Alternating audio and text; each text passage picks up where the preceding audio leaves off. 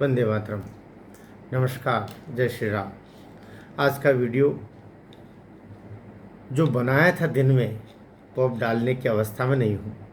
मानसिक अवस्था ऐसी नहीं रही। आज दोपहर बाद से ही, जब से अहमदाबाद विमान हादसे की जानकारी मिली, उसके वीडियोस देखे, चित्र देखे, ईश्वर ऐसी मृत्यु किसी को न दे। बड़े शौक से सुन रहा था ज़माना, तुम भी सो गए दास्तां कहते कहते। बिल्कुल ये शेर उन 242 यात्रियों में से 240 पर लागू होता है।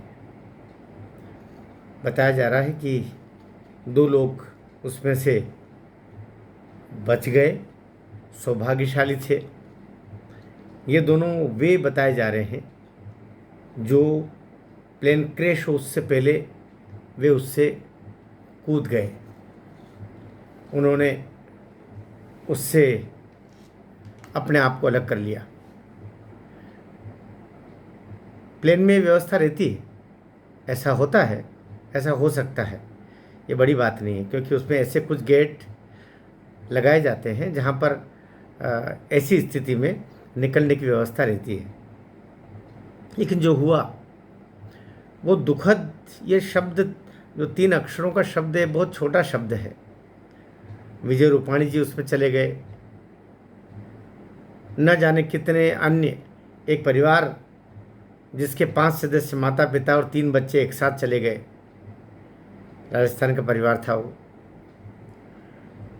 कई सारे जो 160 170 करीब भारतीय थे, 50 से अधिक ब्रिटेन के नागरिक थे, एक कनाडा का था, कुछ अन्य लोग थे।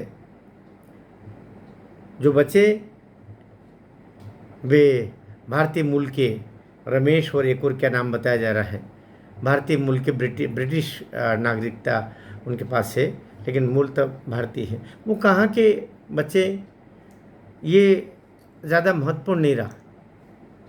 महत्वपूर्ण ये रहा कि वे बचे।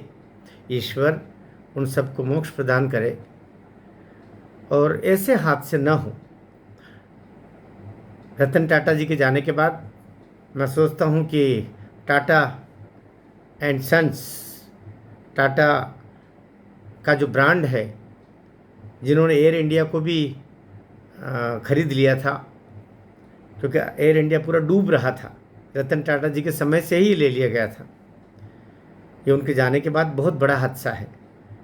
टाटा ग्रुप ने हर मृतक के परिवार को 1 करोड़ रुपया अपनी ओर से देने का, और जो रेजिडेंस डॉक्टर्स जिनके हॉस्टल के ऊपर वो प्लेन जाके गिरा, और उसमें से भी बहुत सारे रेजिडेंस डॉक्टर जो उस समय लंच में खाना खा रहे थे, 1 से 2 के बीच का समय था, उन मृतकों के लिए भी ये व्यवस्थाएं हैं। साथ ही उस हॉस्टल को भी बनाने के लिए टाटा ग्रुप ने अपनी ओर से कहा है कि हम इसको बनवाएंगे। तो यही किया जा सकता है। अब इसके पीछे जांच होगी। वो जो ब्लैक बॉक्स के स्थान पर कम से कम जो लोग बचे हैं वे ये बताने की स्थिति में हैं कि हुआ क्या था। कहा जा रहा है कि जो बचे हैं उसमें से एक बंधु ने बताया है कि एक आवाज़ आई और उसके साथ ही पूरा जो प्लेन था झुक गया, और उसके बाद उन्होंने छलांग लगा दी। तो जो हुआ वो अत्यंत दुखद हुआ है। हादसे तो खैर घर में भी हो सकते हैं, हादसे सड़क पे भी हो सकते हैं, हादसे हम स्नान करने जाते हैं, नदी में हो सकते हैं, समुद्र में हो सकते हैं, तालाब में हो सकते हैं, कहीं भी हो सकते हैं। लेकिन क्या इनसे बचा जा सकता था? यदि ये मानवीय नहीं है तो फिर तो कुछ भी हो सकता है। 2020 में भी इसी तरीके का कोई हादसा हुआ था जिसमें 20-21 यात्री मारे गए थे। इस बार तो सबसे बड़ा हादसा हुआ, मैं कह सकता हूँ कि, और दुखद बात यह कि भारत भूमि पर हुआ। ईश्वर उन्हें मोक्ष प्रदान करे और ऐसे हादसे न हों। उनके परिवार को हिम्मत देना भगवान, जिससे वे ये इस पहाड़ को सहन कर सके।